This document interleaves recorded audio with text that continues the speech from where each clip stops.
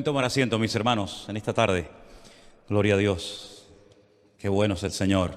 Gracias a Dios por este buen tiempo de alabanza. Me van a disculpar que en esta tarde, como los rabinos, predique sentado, pero me hace ilusión predicar sentado, ¿saben? A ver qué tal me siento. Dale, un poquito. Ahí está. Gracias, hermano. Gloria a Dios. Es que, como saben, tuve este problemita con la pierna. Entonces me dijeron, o tomas reposo o te la cortamos. Entonces opté por tomar reposo. Uy, qué bien así. Oh, claro. Oye, qué bueno, ¿eh? Qué bueno, qué bueno. Anderson, tienes que probarlo, ¿eh? ¿Saben que una vez fui a una sinagoga en Jerusalén? Una alabanza tremenda, todo el mundo allí danzando, una alegría enorme.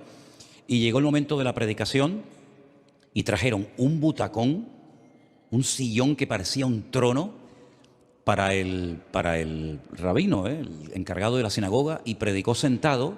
Y si ustedes observan, los mayores y más profundos mensajes del Señor Jesucristo los dio sentado. El famoso Sermón del Monte y otros tantos, ¿verdad? Así es que voy a practicar más el tema de predicar sentado, ¿eh? Gloria a Dios, qué bueno. Oramos un momentito, hermanos, al Señor. Vamos a poner este tiempo de estudio de la palabra en las manos de nuestro Dios. Los jueves queremos dedicar un tiempo a estudiar la Biblia. Espero que todos hayan traído su Biblia o que por lo menos la tengan en su teléfono para poder seguir las lecturas en esta noche. Bendito sea tu nombre, Señor. Gracias por este precioso tiempo de alabanza y de adoración que nos has permitido tener, en el que hemos sentido tu presencia, hemos expresado nuestro deseo de amarte, de adorarte, de servirte. Queremos pedirte ahora, Señor, sabiduría para exponer la palabra y también sabiduría para comprenderla, retenerla y sobre todo llevarla a la práctica. Gracias, oh Dios, por esta oportunidad tan linda que nos das de estar aquí en este lugar alabando y glorificando tu nombre y aprendiendo de ti, de tu palabra. En el nombre bendito de Jesús. Amén y amén. Se está hablando mucho en estos últimos días acerca de la situación de nuestros hermanos en Afganistán, ¿verdad? Qué imágenes tan terribles, ¿eh?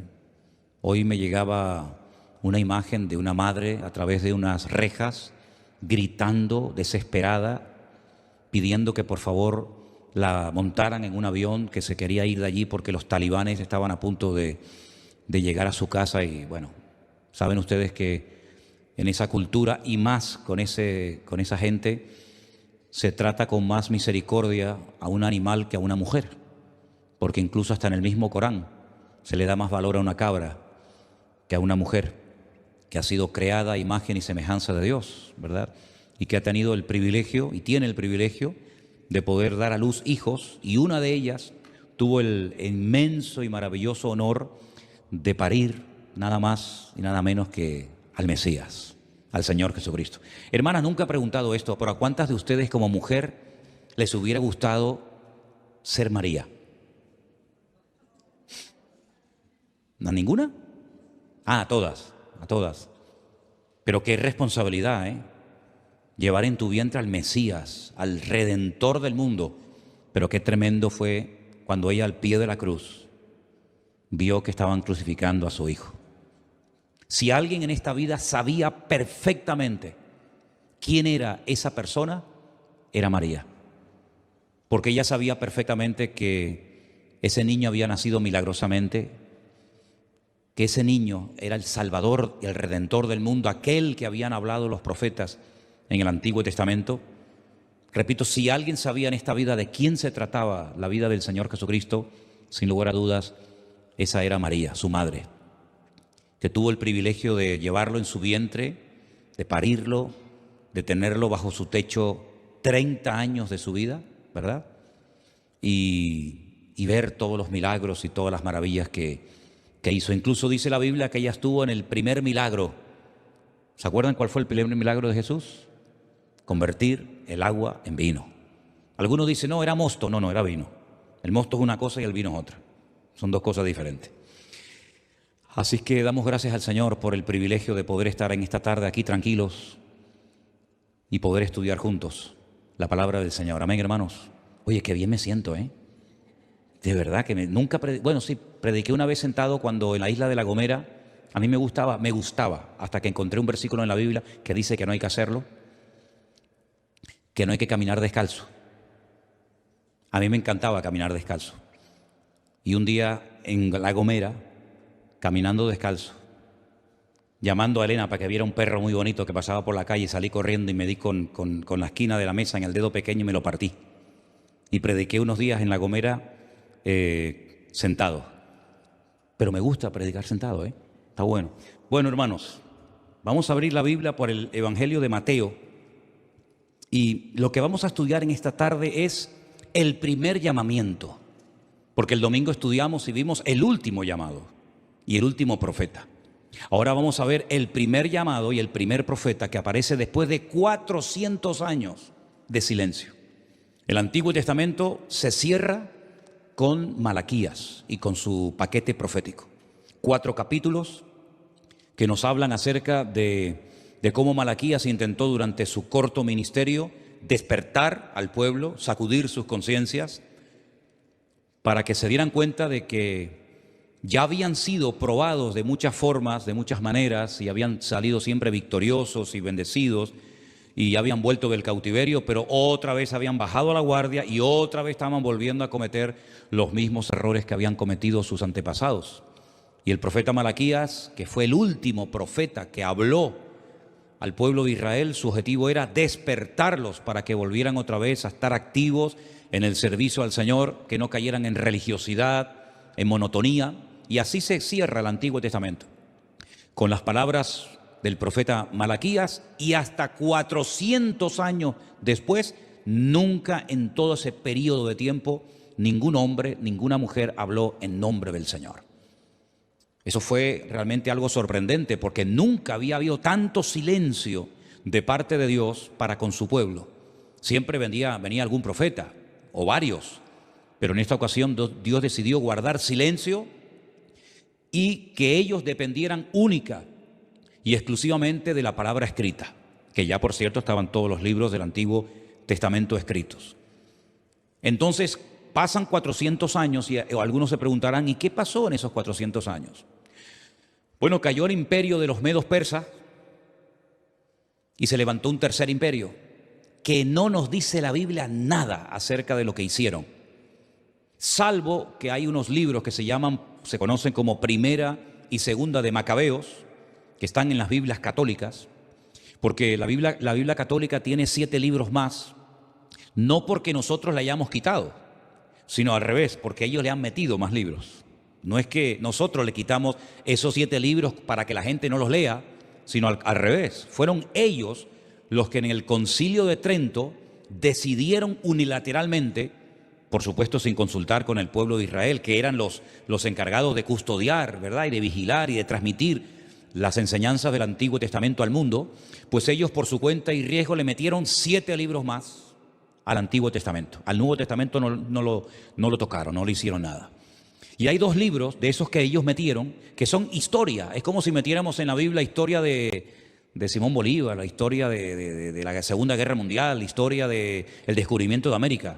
Bueno, cosas tal vez interesantes, pero que no tienen nada que ver con lo que el Señor venía enseñando a lo largo de la historia. Entonces, los macabeos eran una familia de hermanos, creo, si no me equivoco, eran 6 o 7 hermanos, que decidieron rebelarse en contra del imperio griego. Los griegos habían profanado el templo, lo habían convertido en un lugar de culto pagano. Uno de esos griegos, llamado Antíoco Epifanes, lo profanó, derramando y sacrificando un cerdo en el altar del sacrificio, poniendo imágenes de sus dioses, de sus mitología. Y los macabeos, que no se llamaban así, sino que viene de la palabra macab, que significa martillo en hebreo, se rebelaron en contra de la opresión y en contra de toda la basura que estaban tratando de inculcar los griegos en Jerusalén, ¿verdad?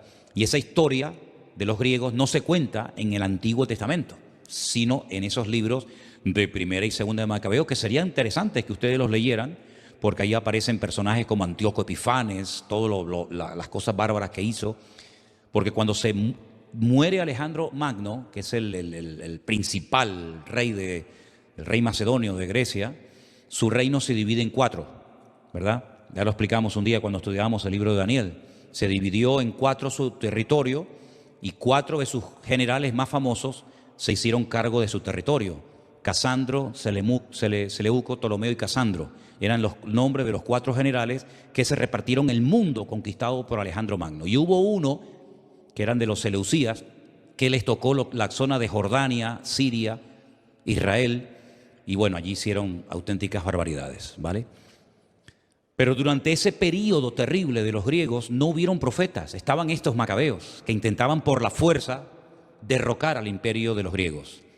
Cuando abrimos el Nuevo Testamento, 400 años después del profeta Malaquías, nos encontramos que hay otro imperio, que no es el de los griegos, sino ¿cuál era? Los romanos. Y allí nos encontramos la historia de algunos César de Roma, y nos encontramos a Poncio Pilato, que era el gobernador de la provincia de Judea, etcétera, etcétera. Entonces, el primer profeta que aparece en la historia, antes del nacimiento del Señor Jesucristo, concretamente 6 meses antes del nacimiento del Señor Jesucristo, nació este profeta, fue Juan el Bautista. La madre de Juan el Bautista, Elizabeth, era parienta, se cree que eran primas hermanas o primas, Elizabeth y María.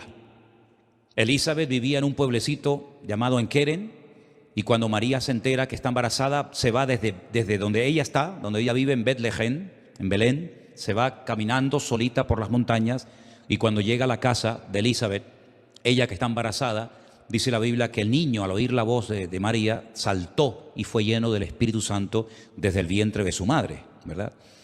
Y son 2 personajes que van de la mano. Es el único profeta de toda la Biblia que vio cara a cara y habló personalmente con el Señor Jesucristo. Todos los demás profetas nunca lo conocieron, aunque hablaron mucho de él, nunca lo conocieron. Juan el Bautista, dijo el Señor Jesucristo, y lo vamos a leer ahora, que fue el último profeta. Así que podemos decir que fue el primero y el último.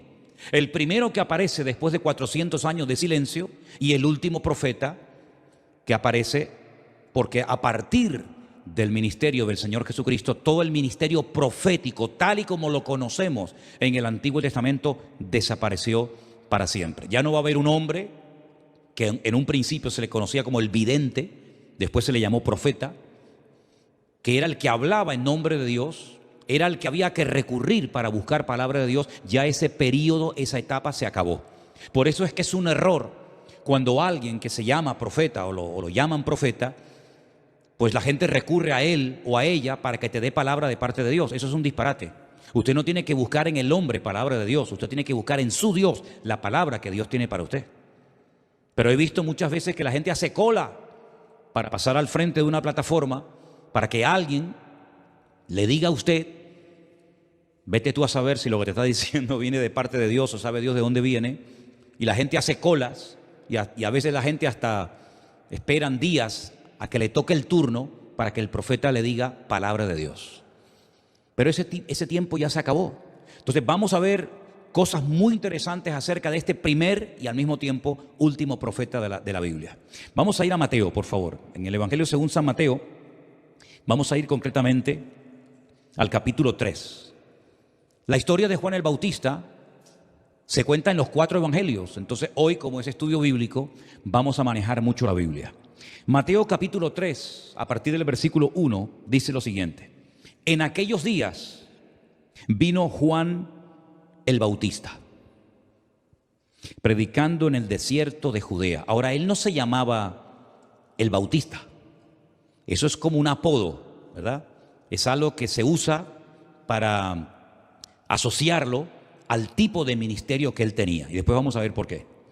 Predicaba en el desierto de Judea, a las afueras de Jerusalén.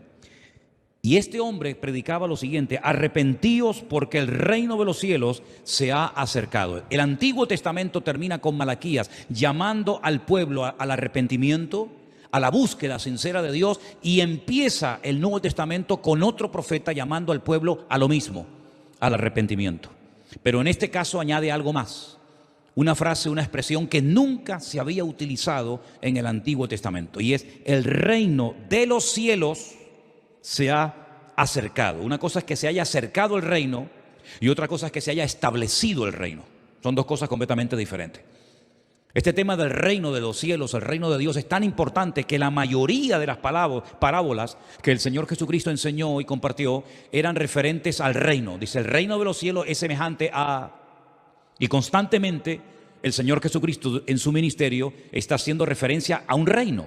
No al reino de David, no al reino de los reyes del Antiguo Testamento que se traspasaban el cargo o el puesto de padres a hijos, de generación en generación, sino de un reino diferente, del reino de los cielos, del reino de Dios. Hasta tal punto es importante este tema del reino, que es el gobierno de Dios, ¿verdad? La soberanía de Dios, que Él cuando enseña a orar a sus discípulos, en el Padre Nuestro, hay una parte en la que dice, venga tu reino. Fíjense lo importante que era para el Señor su reino, el gobierno, que cuando enseña a orar, dice, ustedes tienen que anhelar, ustedes tienen que pedir que el reino, que el gobierno de Dios venga a vosotros. Qué impactante la expresión del ladrón en la cruz, cuando a punto de morir se le queda mirando al Señor y le dice, acuérdate de mí cuando vengas en tu reino. Una frase con una profundidad realmente tremenda. Cuando vengas, quiere decir que él entiende que el que está muriendo ahí es un rey, que aunque va a morir, va a regresar a este mundo y va a regresar como un rey. Y entonces le pide que se acuerde de él cuando venga con su reino. Seguimos leyendo en el versículo 3. Pues este es aquel de quien habló el profeta Isaías cuando dijo, voz del que clama en el desierto, preparad el camino del Señor y enderezad sus veredas. Juan el Bautista dice que él es el cumplimiento de Isaías 43, de aquella palabra profética, voz del que clama en el desierto, preparad el camino del Señor y enderezad sus veredas. Esas palabras, Juan el Bautista dice que se escribieron hablando de su ministerio, hablando de su persona. Ahora describe Mateo cómo iba vestido, su apariencia. Dice que estaba vestido con pelo de camello, tenía un cinto de cuero alrededor de sus lomos y su comida era langostas. Pero ojo, no las langostas que nos gustan comer. No, porque estaba en el desierto. Los bichos esos, los insectos, ¿saben? No la otra, la que tiene las antenas, que esa está muy rica. ¿La han probado? Y que es muy cara. Dice que comía langostas y miel silvestre. Si algún día encontramos langostas de esas del desierto, echar un poquito de miel y fríelas un poco y pruébala y me dice después a qué sabe. Esa era la comida de Juan el Bautista. Qué interesante, ¿no? Así vivía el más grande de los nacidos entre las mujeres después del Señor Jesucristo, porque así lo definió el Señor. De los nacidos de mujer, el más grande. Cómo vestía y cómo comía ese hombre. Pues dice la Biblia que toda Jerusalén salía y toda Judea y toda la provincia de alrededor del Jordán y eran bautizados por él en el Jordán confesando sus pecados. Él estaba en el desierto de Judea. ¿Cuántos kilómetros hay desde el desierto de Judea hasta Jerusalén? Es un camino que he hecho docenas de veces. Hay exactamente hasta el río Jordán 30 kilómetros. 30 kilómetros cuesta abajo. Llegas a un momento que estás 400 metros por debajo del nivel del mar. Ese es el punto más bajo de la tierra. 400 metros por debajo del nivel del mar. Cuando vuelves a Jerusalén y subes a Jerusalén, tienes que subir esos 400 metros, ¿verdad? Y 400 metros más, porque Jerusalén está a 800 metros por encima del nivel del mar. La gente hacía este recorrido de ida y de vuelta para ser bautizados por Juan el Bautista, confesando sus pecados públicamente. ¿Qué te parece? Un interés tremendo, ¿no? Caminar tantos kilómetros, tanto esfuerzo para ir a ser bautizado. A esta gente había que darles un premio, ¿sí o no? Había que felicitarle, había que decir, gloria a Dios, qué valientes que sois. Qué bueno el esfuerzo que estáis haciendo de venir a ser bautizados, de confesar vuestros pecados, cambiar de vida.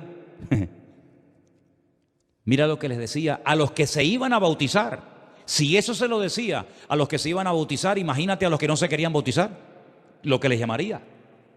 Al ver él que muchos de los fariseos y de los saduceos venían a su bautismo, ¿qué les decía? Léalo conmigo. generación de víboras, ¿quién os enseñó a huir de la ira venidera? ¿Te imaginas que ustedes vengan el domingo al culto y les diga, bienvenidos, generación de víboras? Ustedes dirán, pero bueno, este hombre, ¿esto qué es? ¿Esto qué es? ¿Cómo que generación de víboras? Si venimos al culto, venimos a escuchar la palabra, venimos a alabar a Dios. Pues esas eran las palabras que les dirigía Juan el Bautista a los fariseos y a los saduceos. ¿Cuál es la diferencia entre fariseos y saduceos? ¿Alguien la sabe? Porque a veces dice fariseos, saduceos y escribas. Luego no son lo mismo. El escriba era el que se dedicaba a copiar la Biblia. El fariseo era el que se dedicaba a enseñarla. Y el saduceo era el que se dedicaba a cuestionarla. En esta vida hay gente para todo, decía mi abuelo. El saduceo no creía en la resurrección, no creía en los ángeles. Había un montón de cosas que cuestionaba. Tenían mucho poder, tenían mucho dinero, tenían mucha influencia, pero pura apariencia. Bueno, pues sintieron en su corazón irse al río Jordán a ser bautizados por este profeta raro, este profeta extraño, que encima les va a insultar cuando los vea aparecer por allí. Pues se iban a hacer ese recorrido, a confesar sus pecados. Y les decía algo muy interesante: haced frutos dignos de arrepentimiento. El Señor nunca le pidió a nadie que hiciera frutos dignos de arrepentimiento, es decir, que demostrara que estaba realmente arrepentido, porque el Señor ve el corazón y el Señor sabe si estás o no estás arrepentido. Amén, hermanos. Pero Juan el Bautista les decía, bueno, ¿ustedes quieren cambiar? Ustedes dicen que están arrepentidos, porque les recuerdo que el bautismo de Juan no era para dar testimonio de que te has convertido, como es hoy en día el bautismo cristiano, ¿verdad?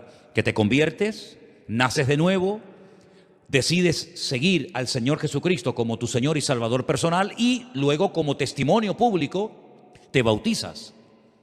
En aquel tiempo ese bautismo no era para eso.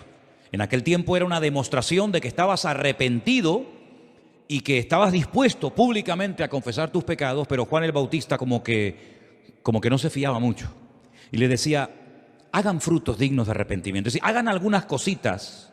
De hecho, le sugiere algunas para yo ver si realmente ustedes están arrepentidos.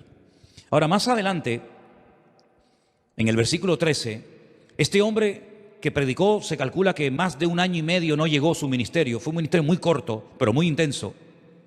Pues tiene un privilegio, y vamos a leerlo. Entonces Jesús vino de Galilea. Galilea está arriba, en el norte, bien arriba.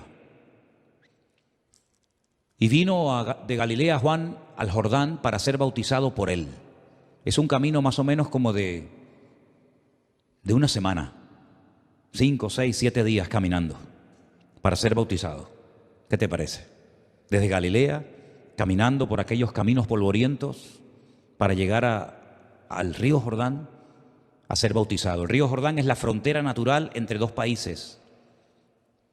Hoy en día se llama Jordania e Israel. Pero en aquel tiempo, al otro lado del Jordán, estaba Moab. Y Moab es un país muy conocido en la Biblia porque surgió de una relación muy rara y muy extraña que mantuvieron unas chicas con su padre. ¿Se acuerdan ustedes la historia?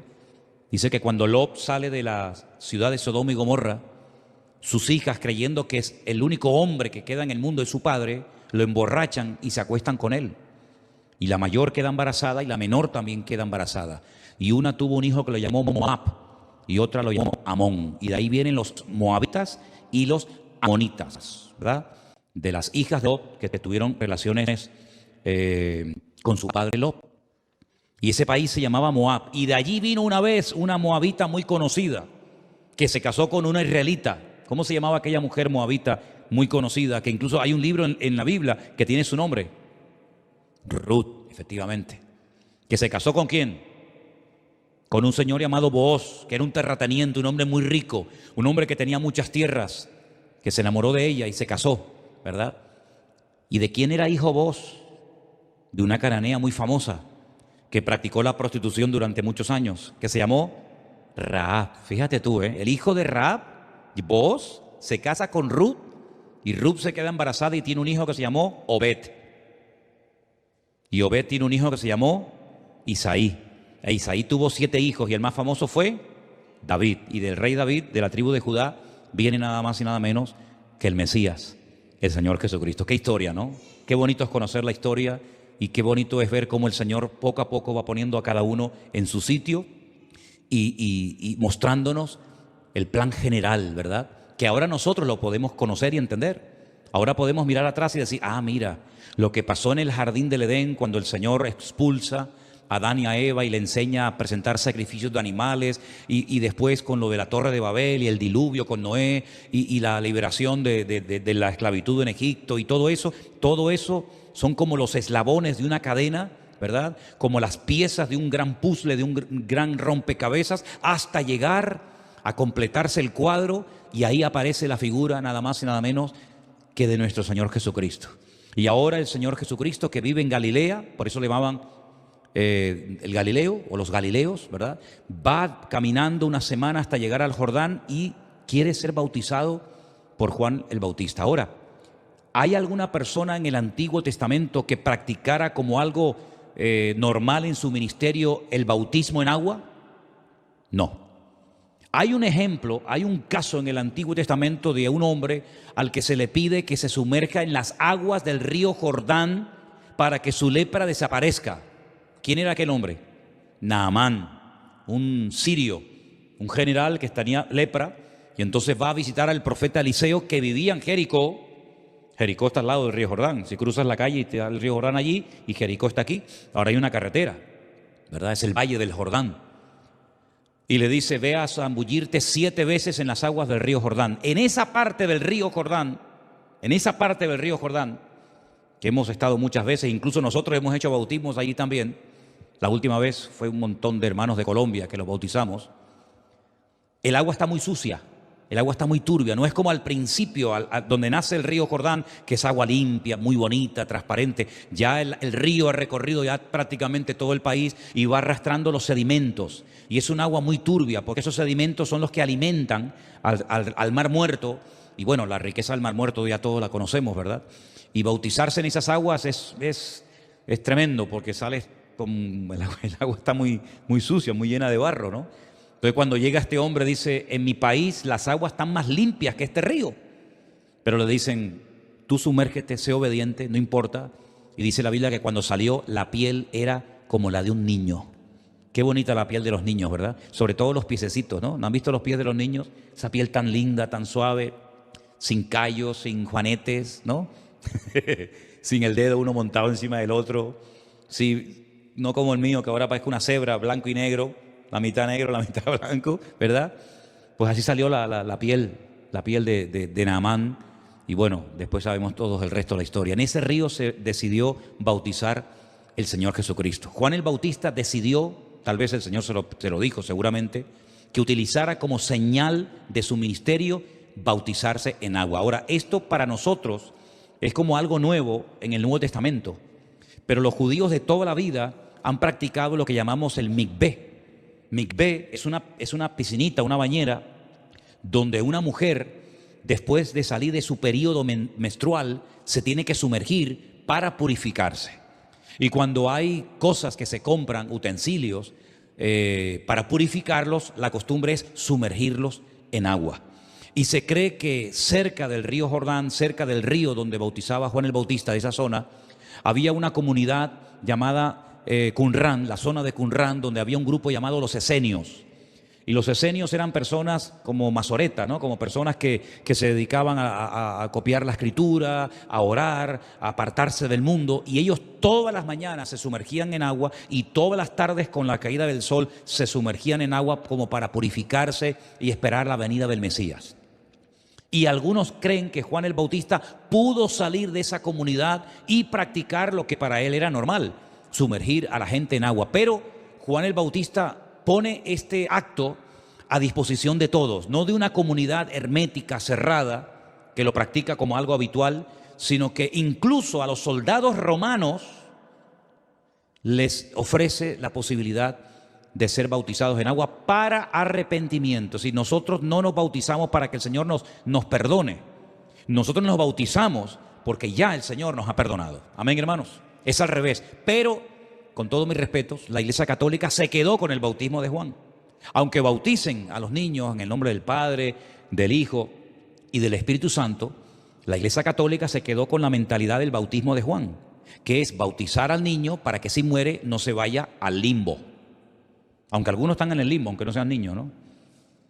Porque el niño, como no está bautizado, entonces los bautizan para que el niño no se vaya al limbo, ¿verdad? Sino que entre a formar parte de la iglesia. Ese era lo que hacía Juan el Bautista. Por eso cuando el apóstol Pablo en la ciudad de Éfeso, ¿se acuerdan? Se encuentra a 12 creyentes, les dice, ¿ustedes en qué fueron bautizados?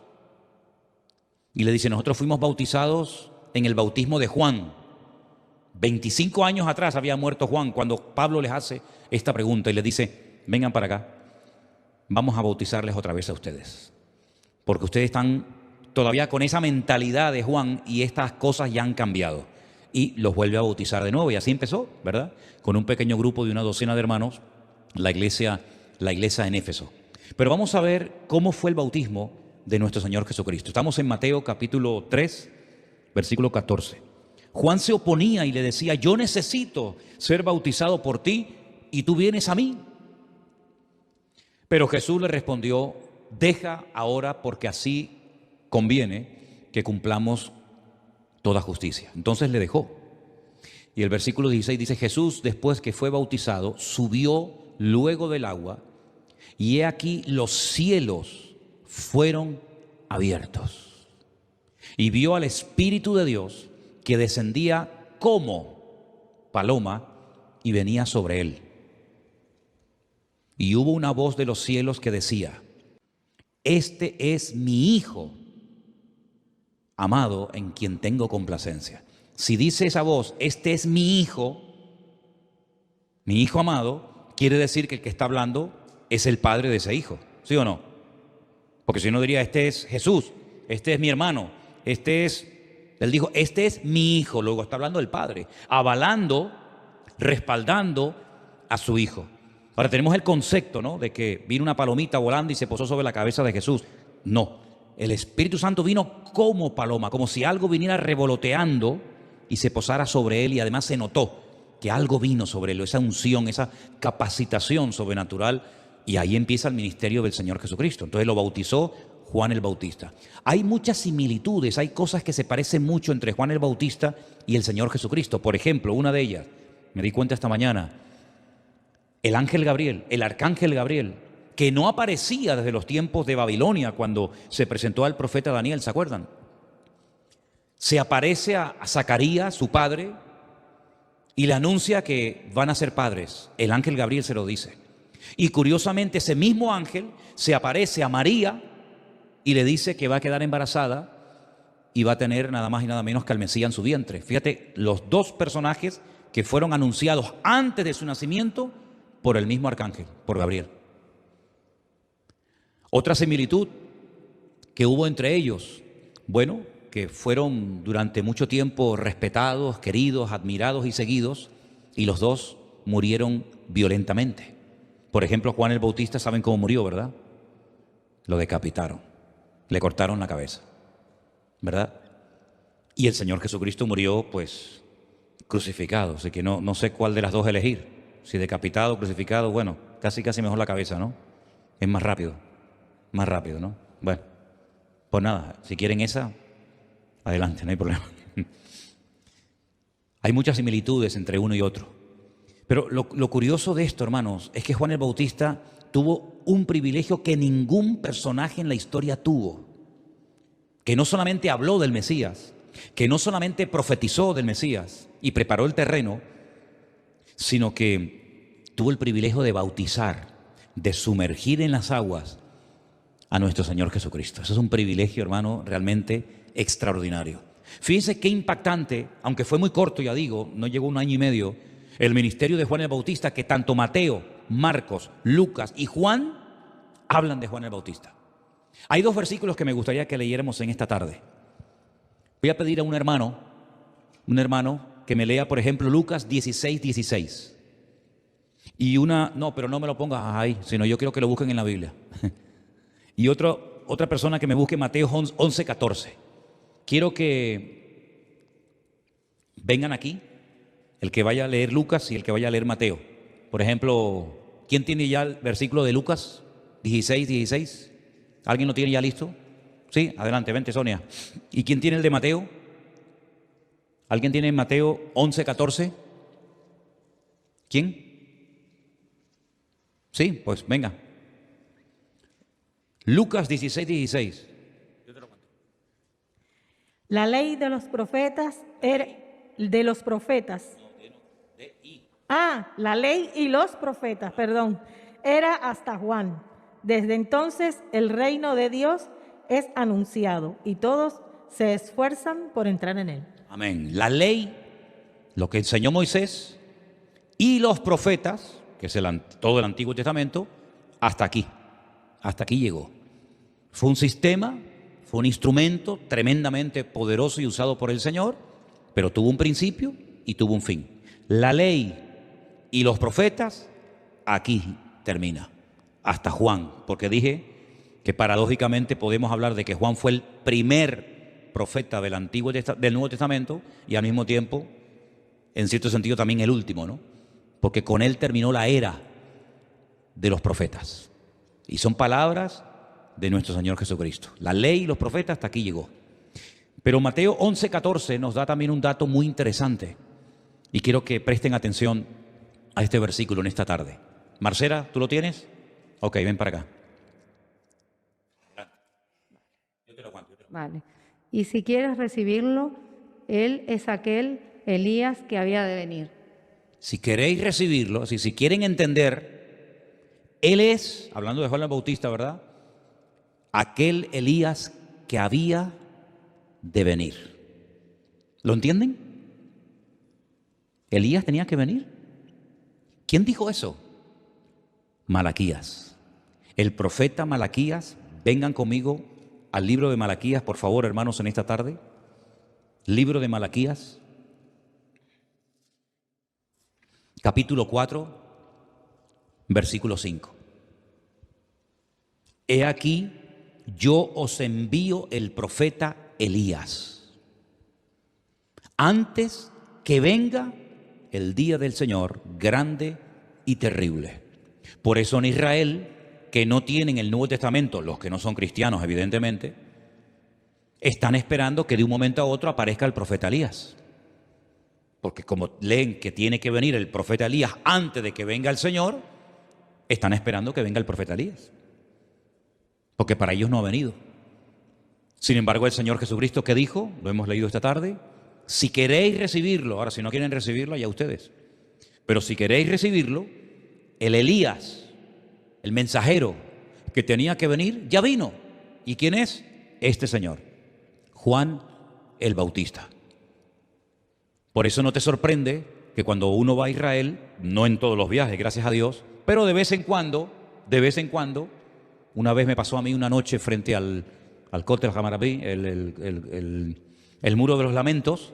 Yo estaba allí y de repente veo que se acerca a mí un señor que viene con una túnica, como en la época de Jesús, descalzo, con un pelo enorme, una barba gigantesca así, la llevaba casi en las manos, de lo grande que era, y se me acerca al lado mío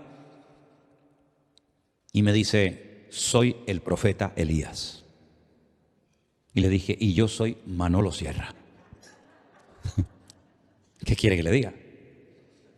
Y una de las experiencias más grandes y místicas que puede tener un judío es que se le presente el profeta Elías y le dé clases de Torá, clases de la ley del Antiguo Testamento.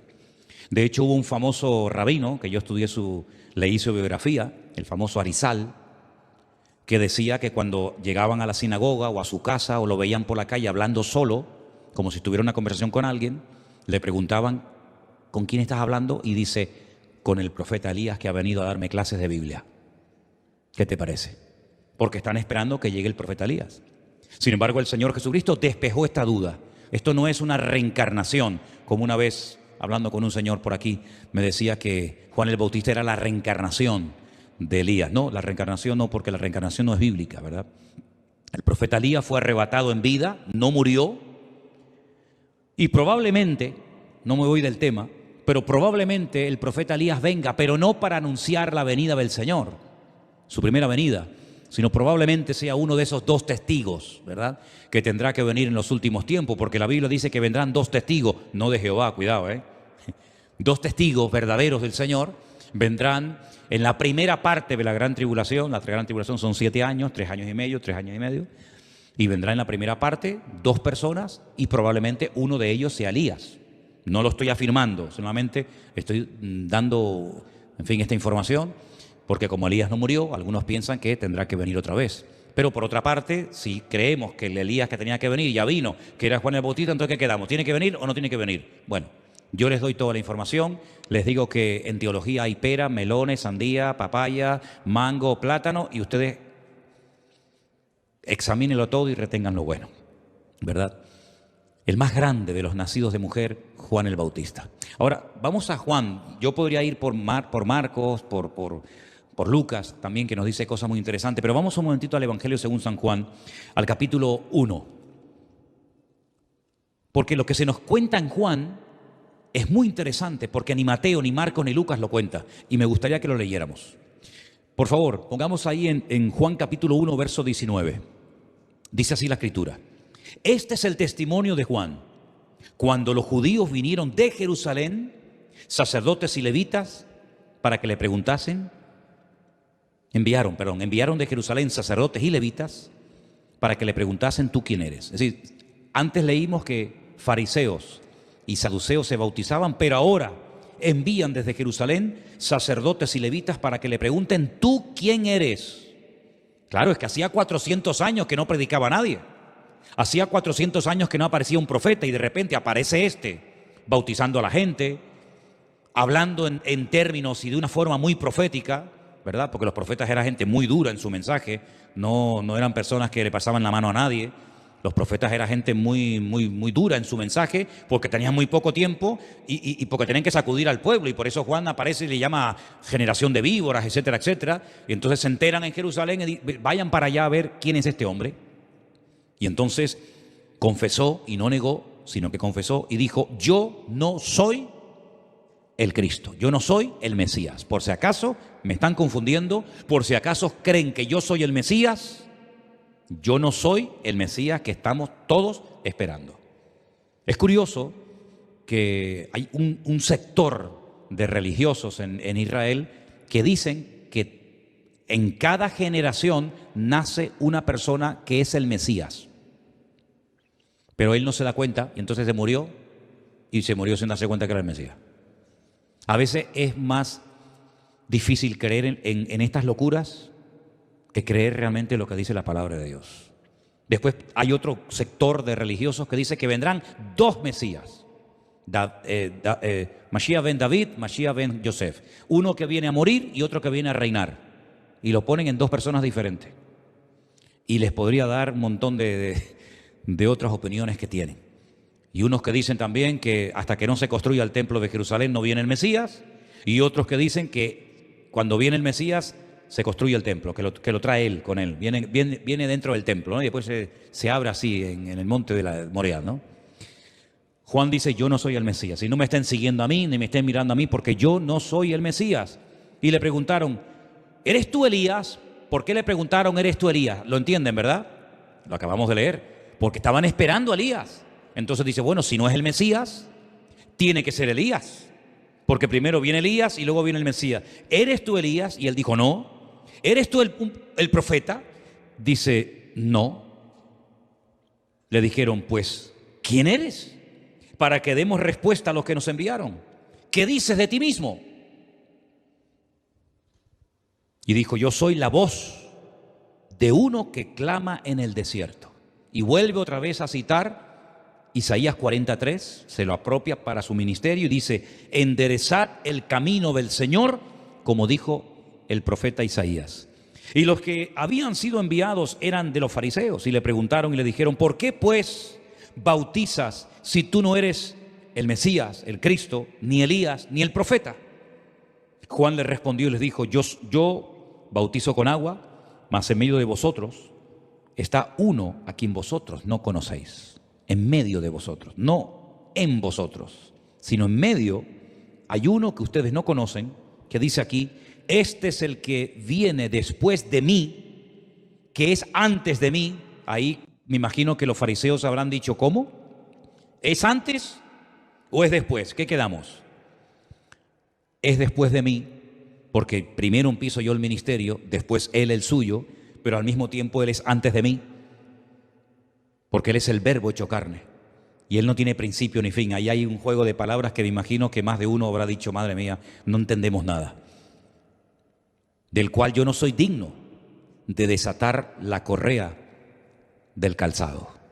Es decir, los rabinos le daban a veces el privilegio a sus discípulos de hacer ciertos y determinados favores para demostrar su amor, su apoyo a su rabino, a su maestro. Por ejemplo, el mismo Señor Jesucristo lo hizo en varias ocasiones. Le dijo, vayan a la aldea que está enfrente y desaten al pollino y al asna y me lo traen. Y si alguien les pregunta, ¿por qué están haciendo ustedes esto? ¿Con qué permiso? Dice, porque el maestro lo necesita. O les dice, vayan y prepárenme la Pascua donde vamos a celebrarla, ¿verdad? Había momentos en los que les daba la oportunidad a sus discípulos de hacer algo para demostrar su amor. Díganle a la gente que se sienten de 50 en 50 antes de orar y multiplicar los panes y los peces. Era una forma práctica de demostrarle los discípulos a su rabino, a su maestro, que lo amaban, que lo apoyaban y que, en fin, que estaban ahí en todo momento con él. Y tú fíjate que Juan dice que ni siquiera es digno de desatar de su maestro la correa de su calzado. Fíjate de quién está hablando. ¿De quién está hablando? Pues todos sabemos de quién, ¿verdad? Estas cosas sucedieron en Betabara, al otro lado del Jordán, donde Juan estaba bautizando. Y ahora viene algo muy interesante y con esto terminamos hoy. Al día siguiente, vio Juan a Jesús que venía a él y dijo, esto es una revolución. Jamás ningún profeta dijo esto de nadie, porque aparte no podía decirlo de nadie, pero del Señor Jesucristo sí. Al día siguiente Juan vio a Jesús que venía y le dijo, he aquí el Cordero de Dios que quita el pecado del mundo. ¿Saben lo que está diciendo Juan aquí? Si este es el Cordero de Dios, el escogido de Dios, para quitar el pecado del mundo, está diciendo que Él es el Mesías, ¿sí o no? Lo está reconociendo, que fue la primera persona que reconoce públicamente que Yeshua, que el Señor Jesucristo, es el Mesías. Entonces la pregunta es, ¿ustedes se acuerdan cuando Juan está encarcelado? Que manda a dos de los últimos discípulos que le quedaban. ¿Qué les pide a esos discípulos? Que le pregunten al Señor Jesucristo. ¿Alguien se acuerda? Vayan y pregúntenle si Él es el Mesías o no. En otras palabras, quiero saber si me equivoqué, si me precipité al decir que Él era el Mesías y ahora estoy dudando si es o no es. Pero miren lo que dijo. Miren lo que dijo. Cuando está cerca de Cristo, cuando le mira la cara, cuando se acerca a Él, no hay duda ninguna. Este es el Cordero de Dios que quita el pecado del mundo. Ahora no está cerca de Cristo, ahora está en una cárcel solo, siendo probado, y ahí es donde le patina la fe, si me permiten la expresión. Ahí es donde duda y dice, ¿será? ¿No será? Como yo no puedo ir. Yo estoy seguro que si Juan hubiera estado al lado de Cristo en ese momento, esa pregunta nunca se lo hubiera hecho al Señor. Porque ¿cuál fue la respuesta de Cristo? Díganle a Juan que los cojos caminan, que los ciegos ven, que los mudos hablan, que a los pobres se les está predicando el Evangelio, cosa que antes nadie le prestaba atención a los pobres. Y díganle de paso también que bienaventurado aquel que no haya tropiezo en mí. Y no fue nunca a visitarlo a la cárcel, sino que murió decapitado. ¿Qué te parece? Si no quieres nunca dudar ni decaer, vive lo más cerca de la presencia del Señor que puedas. Porque en el momento en el que un hombre se separa 1 milímetro del Señor, la lía. Ya no es la misma persona. Mira a David. David con el arpa en la presencia del Señor, un fuera de serie. Se aparta del Señor, quita la mirada del Señor, mira donde no tiene que mirar. Mira lo que pasó. Pedro, Señor, yo daré mi vida por ti, aunque estos te abandonen, yo nunca te abandonaré, estaré contigo. Dice que le seguía de lejos, se calentaba en el fuego con los romanos. Este es uno de ellos, miren, otro de ellos. Dice, no, yo no conozco a ese hombre. ¿En qué quedamos?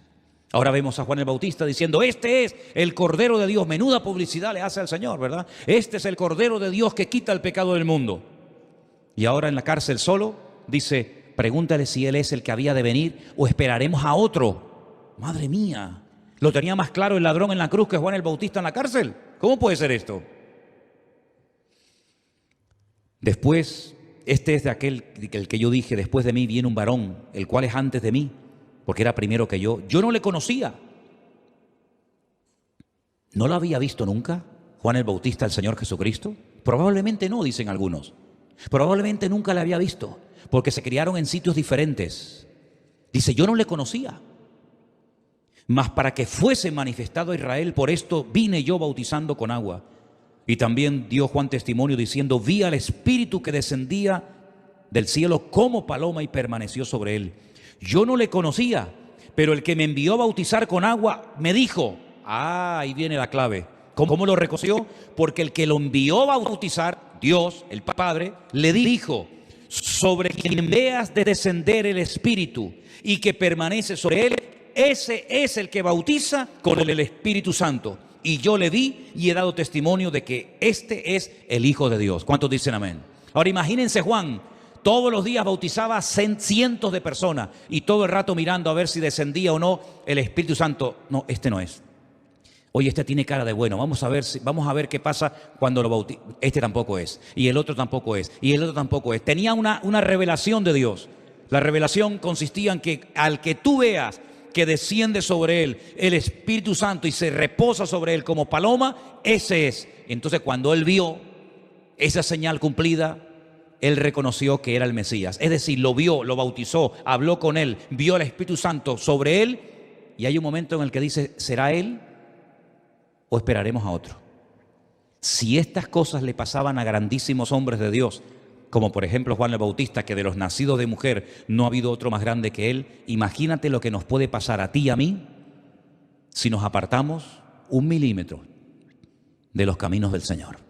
Si estos grandísimos hombres de Dios, que llegaron a unos niveles espirituales tremendos, les pasó lo que les pasó cuando se apartaban, se enfriaban, se despistaban de las cosas del Señor, ¿qué cuidado tenemos que tener nosotros hoy en día con nuestra vida, con nuestra relación con el Señor, de no perder ni un momento la mirada del Señor?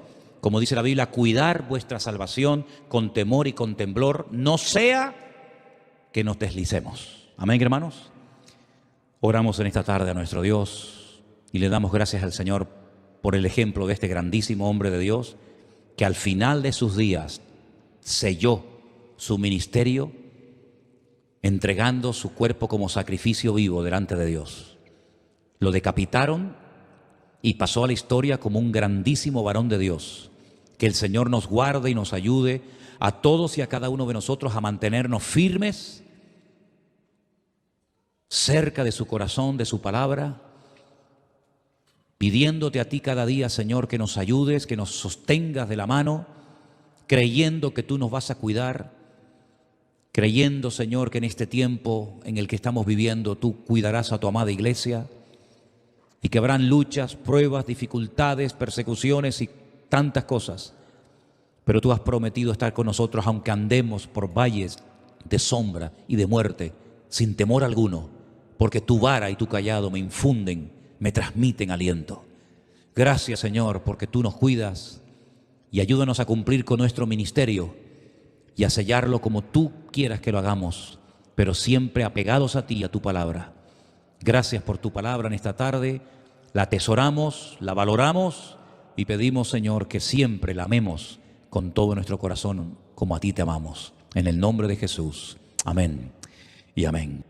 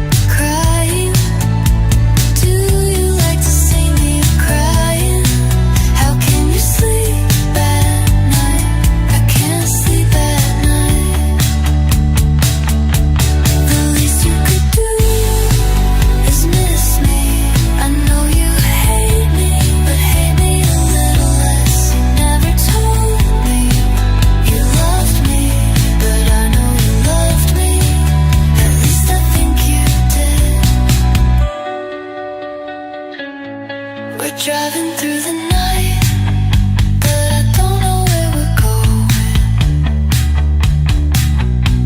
It's getting kinda late, and I'm feeling kinda nervous. Maybe you should just take me home.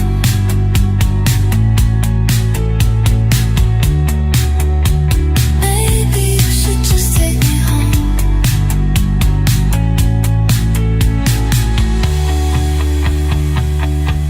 The least you could do is miss me. I know you hate me, but hate me a little less. You never told me you love me, but I know you love me. At least I think you. The least you could do is miss me. I know you hate me, but hate me a little less. You never told me you love me, but I know you love me. At least I think you did.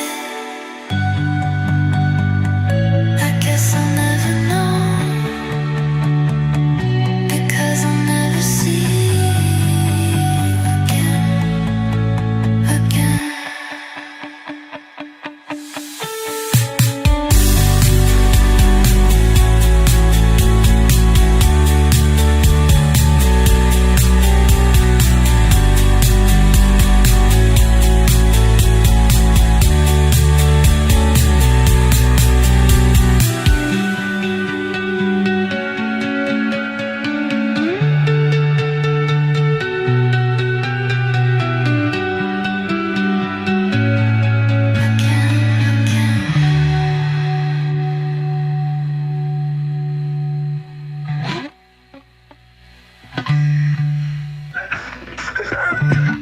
No one ever